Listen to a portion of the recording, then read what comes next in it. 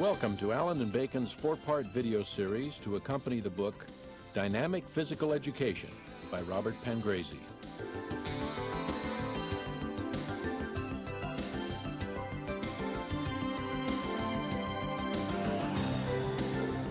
This tape's focus, managing students.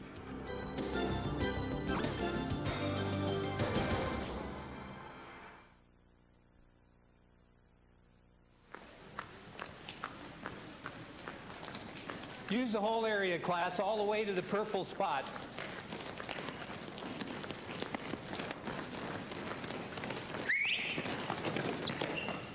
Beautiful. Great freezes. Great. Jump.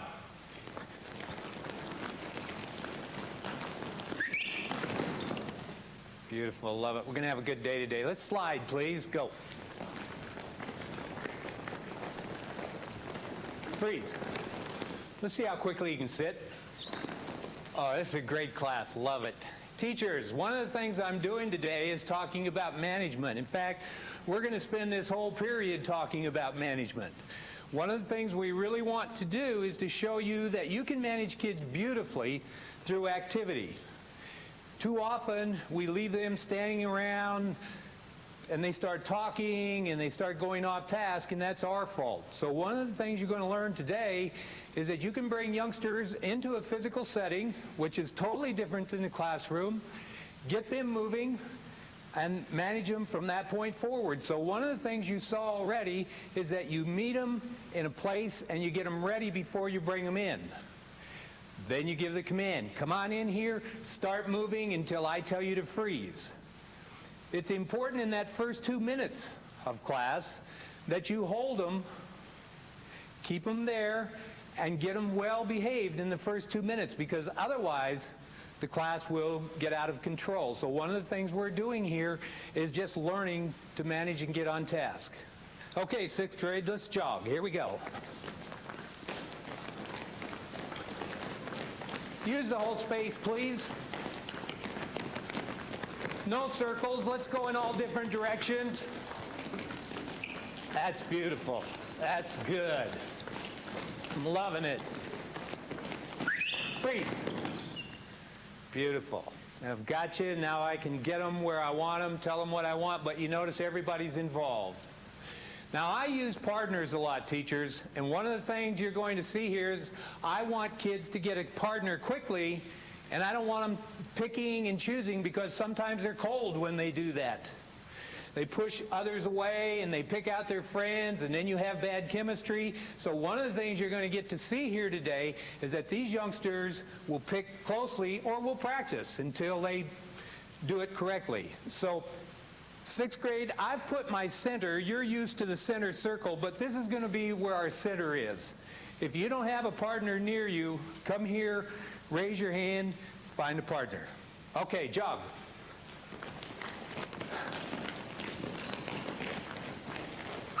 Freeze. Toe to toe. Beautiful. That's the way to go to the center. Terrific stuff. And when there's one left over, that's my partner. Come on out here. We move away from the center.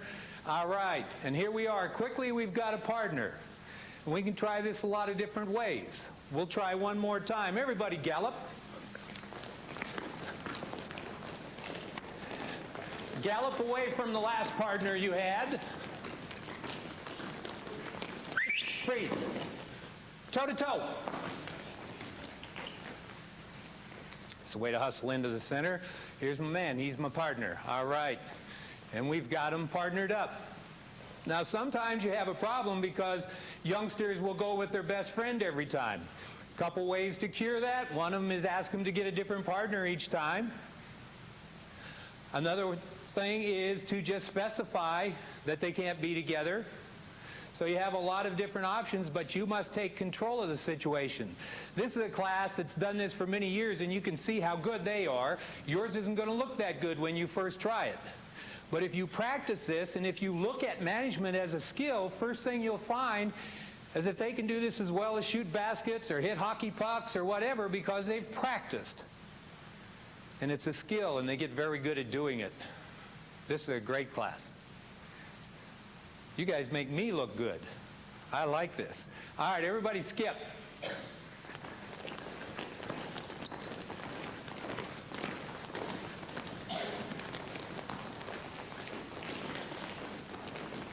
Freeze.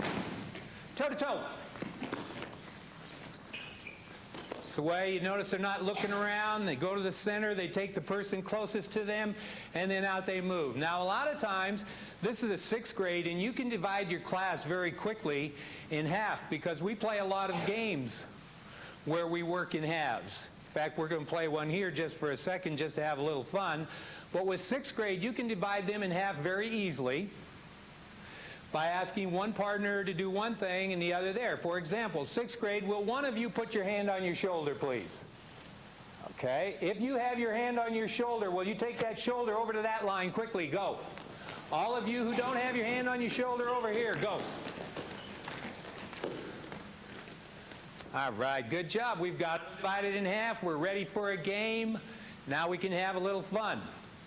Let's just warm up here with a game of change sides. We'll see which team gets over there quickest.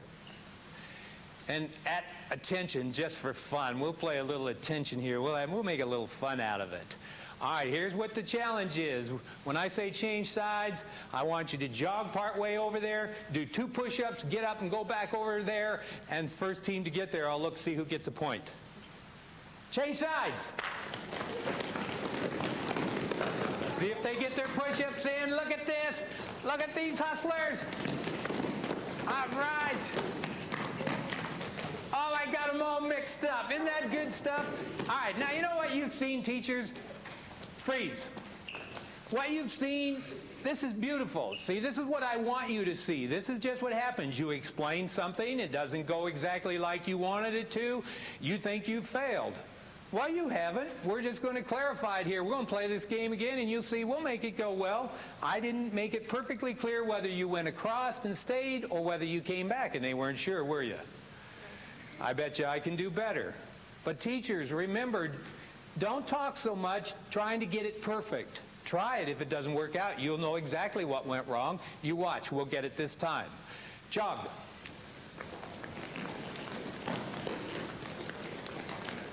Freeze. Toe to toe. Thank you for going to the center so quickly. Good job. All right. Good. Will one of you put your hand on your knee, please? If your hand's on your knee, take it to that side. If it's not, over here. Here we go. I like it. I like it. Hey, here we go. Now let's try it again. And I didn't explain it very well, but you watch this time. We'll get it this time. Here's what's up. When I say change sides, you're going to run across to the middle, do 2 push-ups, get up and go to that line. You guys on that side are going to do your 2 push-ups and go over here. So you're going to end up there, you folks over there. First team to get there, I'll give a point. Change sides. All right, now we're talking. All right. Right here. Yeah, give yourselves a little, yeah, sure. Yeah, all right. Now you got it? Let's try one more time. Except this time, let's say you run to the middle, you do 2 full turns, do one of those, then another one, then proceed. You ready? Yeah. Go! Change sides.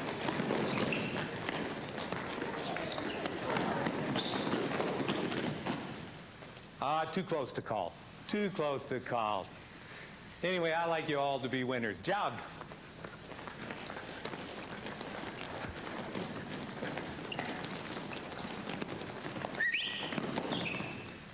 Let's see how quickly you can sit. Wonderful, wonderful. Teachers, one of the things you noticed is when I bring my class into the gym, you have a different voice, you're large, you're strong, it's how you carry yourself, you look active. And when you freeze, youngsters, one of the things you've noticed I've done is that I use a verbal signal and I use a hand signal. That does 2 things. Number one, if some kids are being active and they don't hear it, they can see the hand. And particularly with the young ones, kindergarten through 3rd grade, oftentimes they are so involved that they don't hear it. So if you've noticed, I always use a whistle to freeze my class and the hand up. Now you've also noticed, however, that I don't use that whistle to start my class, because the whistle should mean only one thing to a class, and that should mean freeze. And then your voice should tell them what to do, because that will cause them to listen better. They'll have to listen to what you have to say. Now you can also use the technique of when before what. In other words, if you have a class that doesn't listen to all your directions, one of the things you want to do is hold them and get them to listen to all your directions. So you're going to say when before what. And it sounds like this. When I say go, I'd like you to, and then you tell your class what you want them to do. They have to sit and listen to the whole command before they move. So we'll try it here, 6th grade. When I say go, I want you to gallop around the area, please, until I say freeze. Go. Beautiful job. You guys are just doing great. You're just so easy to work with. But teachers, you've seen when before what. When I say go, this is what I want you to do, and then they'll listen to all your directions. So if you have a class that's not listening to you in physical activity, here's a great chance to hold them and get them with you. Roll 2. Here we go. Everybody jog.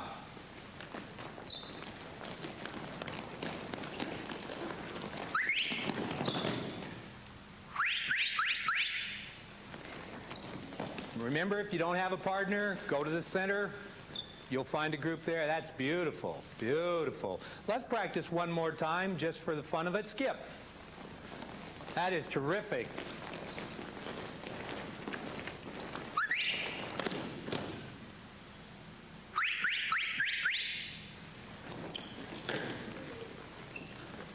It's the way to go to the center. Thank you. Beautiful. You forced it right there. That's perfect.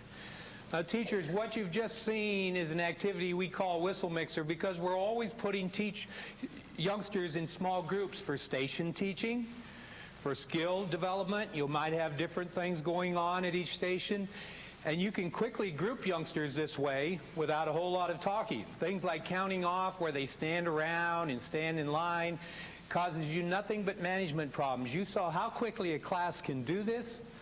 Find the size you want by the number of whistles you do, and you've got your class here beautifully organized into small groups.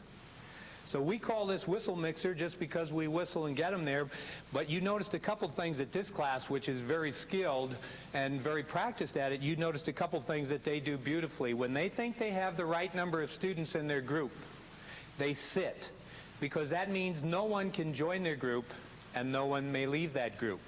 And the importance of that is that if another youngster would come in and join a group, then they'd have to kick somebody out, and that causes a lot of hard feelings. So even if they get the wrong number, once they sit down, that's a final. Nobody can join that group, and nobody can leave it. So that's a very important skill, and you saw them do that beautifully. So now you know how to get a class into small groups, and I'm going to show you some other things you can do with them. Let's jog.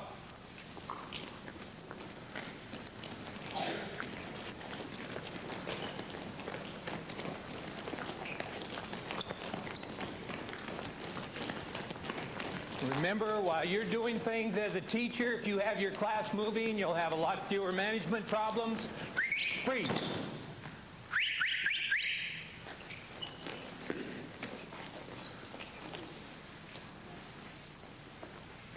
Great, they need one more.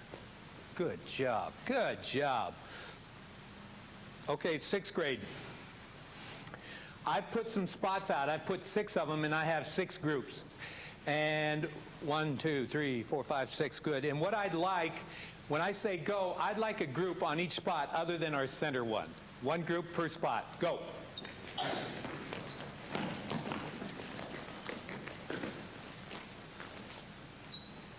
Great, and you can have a seat. A lot of teachers like to use squads because you can organize your youngsters by ability.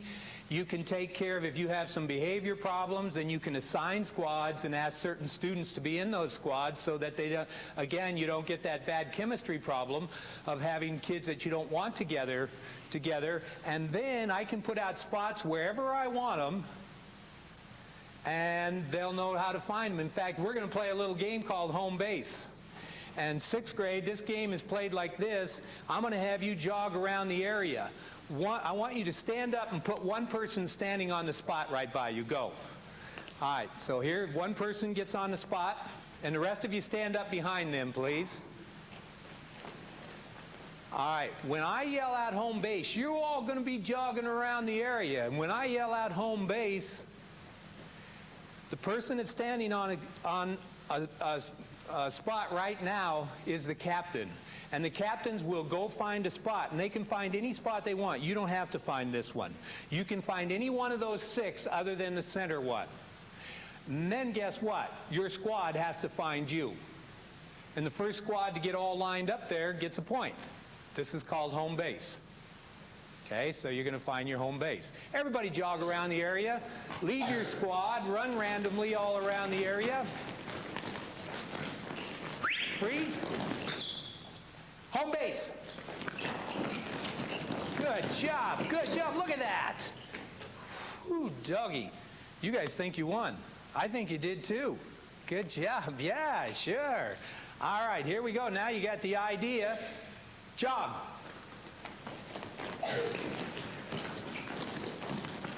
Freeze.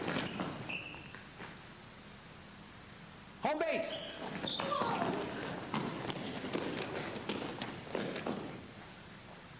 Right here. Good job. Now, teachers, think about this a little bit. Once my class learns their squads, I can put these spots out wherever I want them. If I was doing circuit training now, I'd have my class all spread out at stations ready to go. Maybe I want to divide my class in half. Then I can do this. I'm going to put that spot there. I'm going to put that one right about there. I want your spot to go right on that line there. And I'll put this one there, and you guys put that spot over there. And now I'm going to have them jog around the area, and you're going to see when I yell home base, I'm going to have my class divided in half. Everybody skip.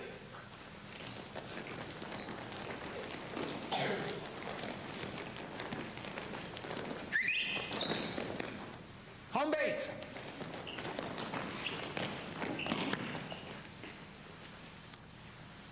Beautiful.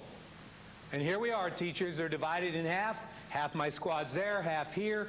And all I have to do is yell out home base. It's an easy way to move my class wherever I want them. Now, you know, one of the things I don't want to mislead you about is that it all works this easily the first time you go out and try it. This is a skilled class. They've practiced for a lot of years. They have a teacher that knows how to manage well through movement. Yours won't happen that much, but one of the things that you must do is be patient and continue to practice these skills like you would shooting a basket. You don't get excited when youngsters miss baskets. You just tell them to practice. That's the same attitude you should bring into management skills. When they don't do it the way you want it, you just say, class, freeze. We're going to practice this one time, and away you go. And you've got them going. Hey, class, let's spread out along this line. Let's have a game here. We're working pretty hard. Good. And yeah, you guys spread out along that one. Heck, I'll tell you what let's do. Why don't you guys come on up and find a partner across the way there. You guys are on that side. And come on up. We're going to play crows and cranes. All right. So here you are. Each of you have to have at least 1 foot on the line. The team on this side. You're the crows. The team on this side, you're the cranes. If I yell out cranes, the cranes have to run back to the free throw line and try not to be tagged. Let's say to the line where those spots are. And if I yell out crows, the crows have to run back to where those spots are without getting tagged. If you get tagged, you got to go to the other team. Okay? Now, if I yell anything other than crows or cranes and you take your foot off that line, you got to go to the other side. Here we go. Get ready. Cranes. There they go. Good job. Good job. Hustle back. If you got tagged, you got to go to the other team. Great job. All right. Oh, my, we got tagged a little bit, didn't we? Here we go. Crows. I got you. Good job. Hustle back. Get your foot on the blue line. Way to hustle in there. Here we go now. Get ready. Good reaction times here. Crazy. If your foot came off that line, you got to go to the other side. I got you. Love it. Here we go. Get ready. Get ready. I don't think anybody can catch me. Crackers. Yeah. Okay. You got to go to the other side. I got you. Here we go. Cranes. Job.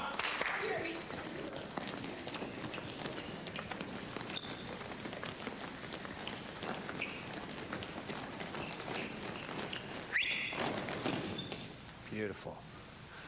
One of the things, if you've been watching me, when I want to talk to my class, I always move to the perimeter where I can see all my students.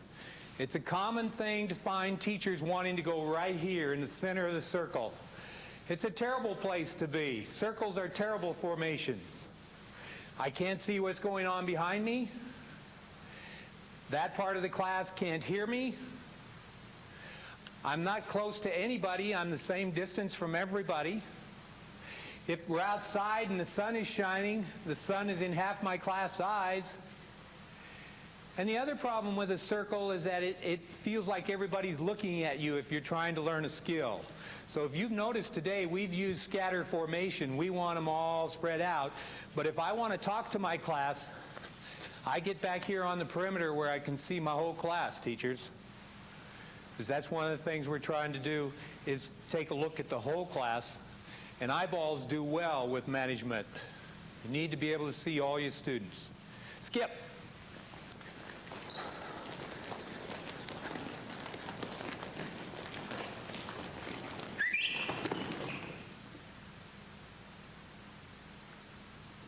When I say go, I'd like you to jog over to the side, pick up a beanbag, bring it back out in your space, and practice tossing and catching it. Not too high throws, only 3-4 feet above your head. Go!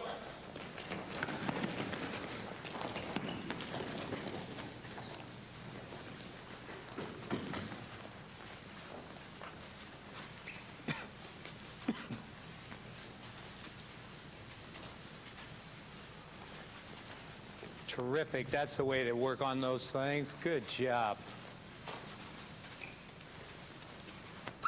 Beanbags down. Have a seat a second, 6th grade. You just saw a couple techniques here that work very well when you're using equipment.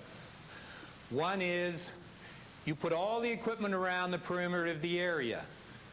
It's very common practice for teachers to bring it out, leave it in a box, put it in the center of the area. Youngsters are excited to get a piece, so they hustle into the center, they bump heads, they fight over a piece of equipment, whatever. You space that equipment around the perimeter of the area. When I say go, you tell them to go over and get a piece, and they're responsible for picking up their own piece of equipment. The other thing that teachers often do is they say something like this. When I say go, I want you to go over and get a beanbag, bring it back out and hold it until I tell you what to do with it. Terrible instructions. Youngsters are excited to try that piece of equipment. Take advantage of a youngster's urge to want to explore. So what you say is when I say go, run over and get a piece of equipment, bring it back out, practice tossing and catching it, and that rewards the youngster who is in the most hurry to get there. They get the most practice.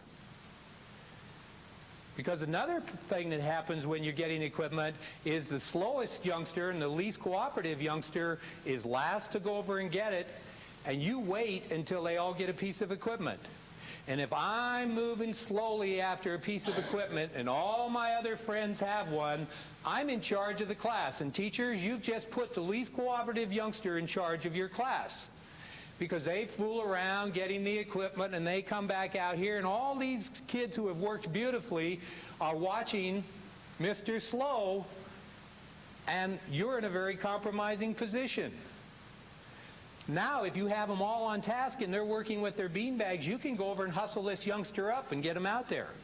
Or discipline them if you need to, and you're not under the pressure of everybody watching. So when you use equipment, they go get it quickly, they bring it back out, and they start doing something just like this class did. Another thing you saw with this class that they did beautifully is when I said freeze, the equipment went on the floor.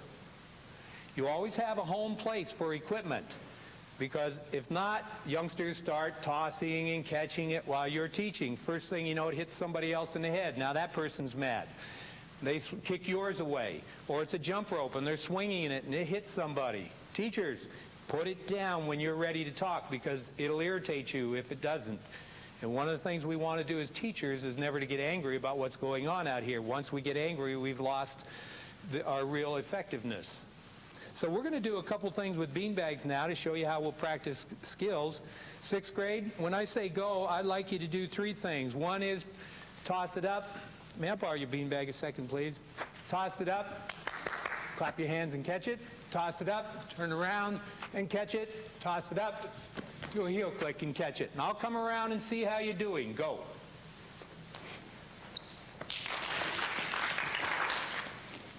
Looking good. It's a way to keep your eye on it. Good job. Good job. Atta girl. Good job. All right. Good. Great. Great. Good job. That's a way to keep your eyes on it. Good job.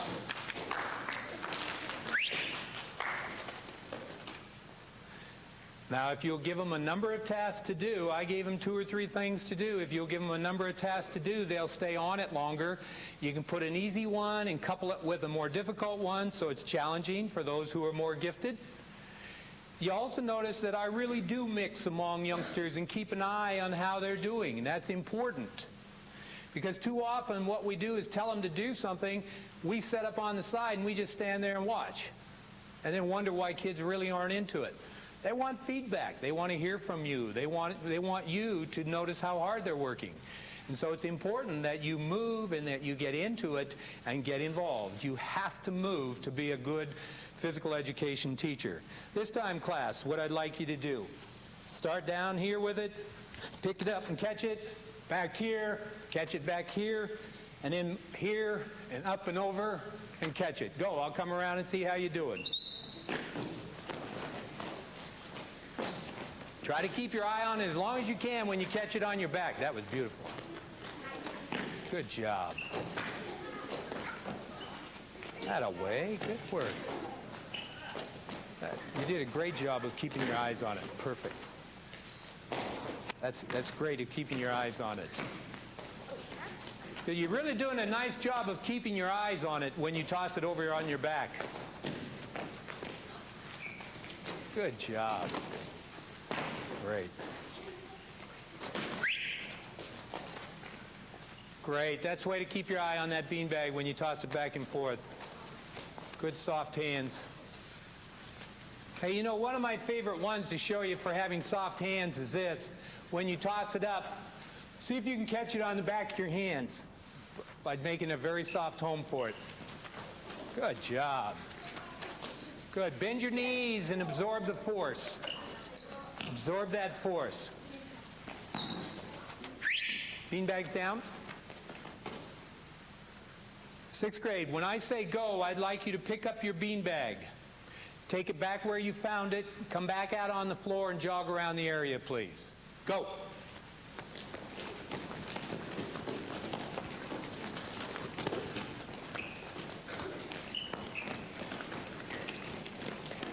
Freeze. Teachers, you've just seen the reverse of getting equipment. But you've also seen another technique that we use all the time. We tell youngsters to put it back where they found it, but when it's back, they move. You have a tendency oftentimes to go over and they put it back and then they dally around and they talk to their friends. Not in our class. We're going to put the beanbag away and we're going to get into an activity so that they have something to do. You see, you want to think about transitions because that's where all the management problems occur. They always occur in transitions when you're moving from one activity to another. So you always think of, how can I change from one activity to another and do it on the move? Because once they're moving, you've got them going. Jog. Home base. Let's see how well you remember. Let's see now. We haven't practiced for a second. Let's see if they remember home base. This is good stuff. I love it. I love it. Bravo. All right. Now, you know, teachers, let me tell you something. If that wasn't good enough, if I'm not quite happy with that, all I have to say is, hey, 6th grade, I think we can do it a little faster. Some of you have forgotten because we haven't practiced. And so we're going to try it again. Jog. Change directions. Freeze. Home base. Watch this now. Watch this. See, look at this. They're going to get better at it. There they go. Look at this, huh? Sure. And it only points out what I told you earlier about management. It's a skill, and it has to be practiced. And you don't get angry with the class when they don't have it just right. You just ask them to practice it. Okay? They just don't think of it right there. And this is a skill, and you must think of management like you do any other type of skill you're teaching youngsters. Let's say I'm doing a tumbling unit now, and I need to have my mats out. I like to have the class help me because then they're out of the way. So I've got you in 6 groups, class, and I've got 6 mats out there. And when I say go, I'd like you to run over, without a mat, right in your area, and I'd kind of like them in a circle, just how I've got them against the wall now, but I'd like to have them longwise like this. Let's see if we can get it. Go. Let's see what happens. They're going to help me put out the mats. Youngsters should help you with equipment. That gives them some ownership in what's going on. Good. Good. Bravo. Great. And then stand, let's put, yeah, good, good. And then stand behind your mat. All right, now if I don't like the way it's set up, I can move it, but I'm perfectly happy with this. Let's see you all do a log roll down the mat, please, from one end to the other. Give me a log roll here. Yeah, that's a log roll. Good. Good job. Great. Freeze. Now, we're really not doing stunts and tumbling today, so I just wanted to show you when you have large equipment, you know how to get beanbags out, teachers. You see it on the side, small equipment around the perimeter, but you can do the same thing with large equipment, and you get your class to help you. And they'll put it out beautifully, and you watch now. We're going to ask them to put it back where they found it, and you'll see that they can do that quickly as well. When I say go, class, I'd like you to fold up those mats, put them back where you found them, and skip around the area. Go.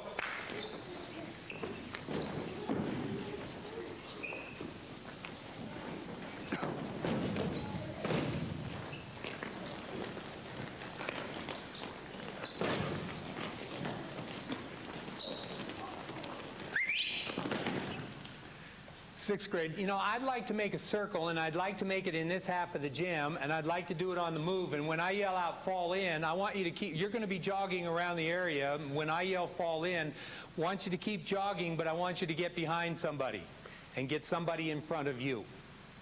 Okay? And just keep moving till I tell you to freeze. Okay, let's jog around the area, scattered. Fall in.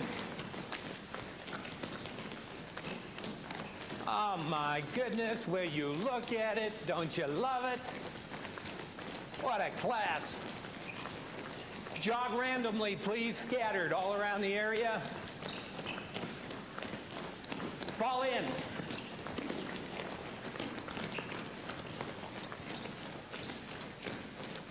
Freeze. Have a seat. What a beautiful class. What a great job. But your class can do this too. In fact, your class can do everything you've seen us do. There's no doubt about it. It's practice. It's wanting it. It's working with a class and reinforcing them. You know, one of the things about management that I find with teachers is they'll work with a class. And they'll manage that class, and the class works hard, does a great job for you, and the teacher doesn't say a thing. Doesn't say thank you, what a great job of management, thanks for working hard on it, and there's no reinforcers. Teachers are great about reinforcing skill, but when it comes to reinforcing management, they often forget. And in my scheme of teaching, management is the highest priority. I want kids to learn to behave. I want them to learn to respect each other. I want them to learn to cooperate. And so I'm going to put the highest amount of reinforcement I can into that objective, because I think that's what's really important. So when you're working with a class that does this so beautifully, then reinforce them. Tell them what a great class they are and how proud you are of them. I mean, look at this. How many times have you tried to make a circle and you tell youngsters to form a circle and they hold hands and they tug and they pull and they go back and forth when all you have to do is ask them to fall in? And the other thing is, when you make a circle, you know how it is when you get to a certain age, there's always this point in the circle where boy meets girl. And they don't want to hold hands. Not right now, anyway. So, you know, one of the things you do here is they don't have to. They can just run into formation and they're on the move and you've got it. And this is so neat. Now, if you have a little trouble with a circle, you can try making a circle with 4 cones, because that will work also. You watch this class. We're going to show them. What I want you to do this time, class, when I yell fall in, I want you to go ahead and fall in, but I want to make sure you go around the outside of the 4 cones. Jog randomly, please. Scattered all around the area.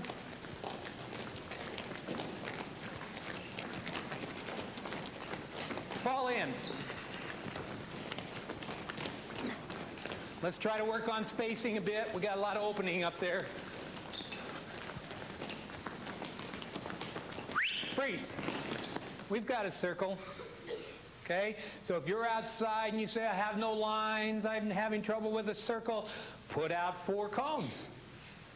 You can do it. I keep telling you you can do it, but every class can work as well as this class does. It's just practice. Now the beauty is, if I want a smaller one, I'll bring these in. And so I can stipulate ahead of time the size I want. You watch this. Okay, class, when I say go, jog around these cones. Go.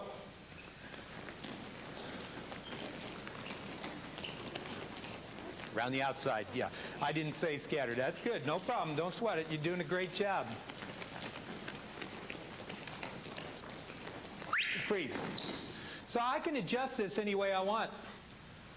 And so if you want to play a game in a formation like this, no problem. You've got it made.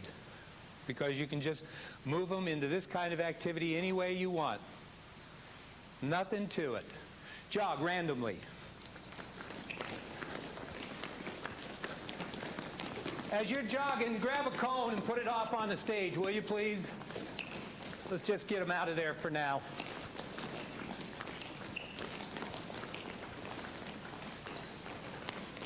Freeze. All right, let's go back and let's give these teachers a little review here, class, of all the things we've done today. First of all, we meet you at the door. And we tell you what we want to do at the door. And then we get you moving as you enter the gym. We don't have you lollygag in all at different times. We're all going to move and get in here in a hurry, and we're all going to be jogging. So now we know how we're going to bring our class into the gym. We're going to have a freeze signal. These youngsters have learned to freeze with their hands on their knees, and they're so good at it.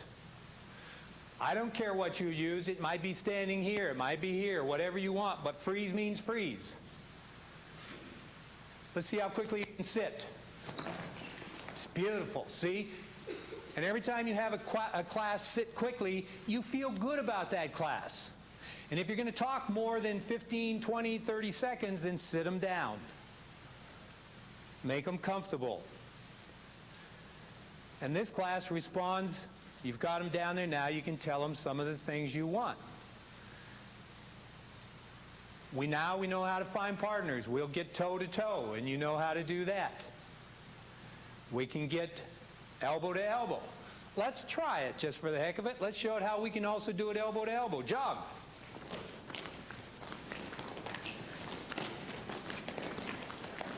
Freeze.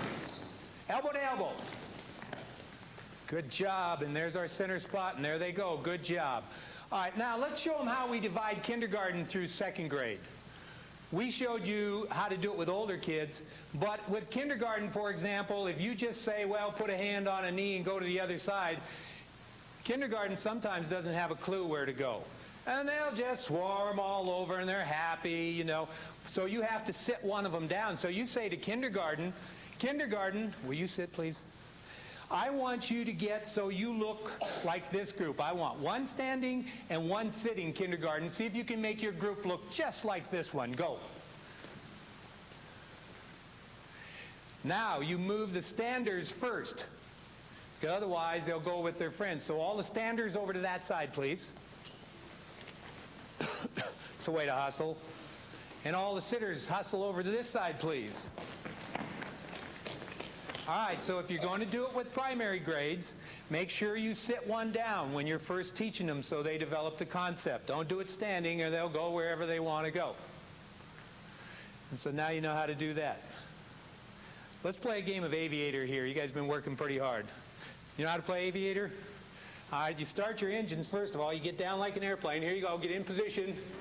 And I'll say start your engines. It sounds like this. Run, run. All right, start your engines.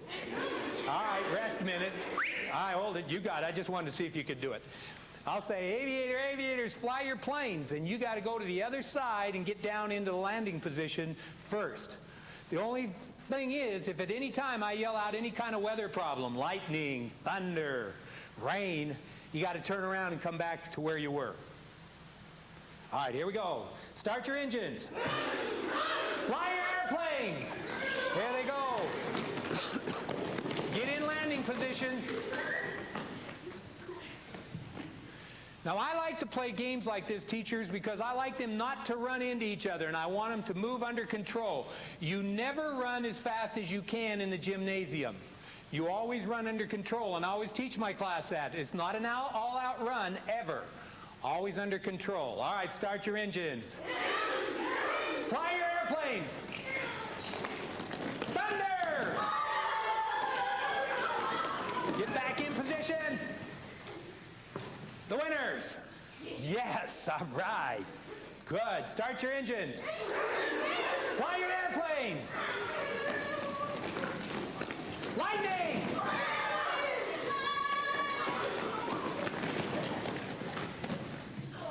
Here. Yes, I love it. Jog around the area, please.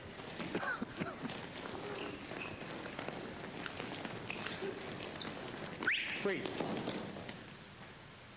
Great, have a seat. You've seen a lot of management in a short time, but you can do it. Take these back, practice them, see how they work for you. Be persistent. One of the things about teaching is you get what you ask for. And typically we ask once or twice, and if it doesn't seem worth the trouble, then we let it go. But you know, this is kind of like the oil filter advertisement. You can pay me now or you can pay me later.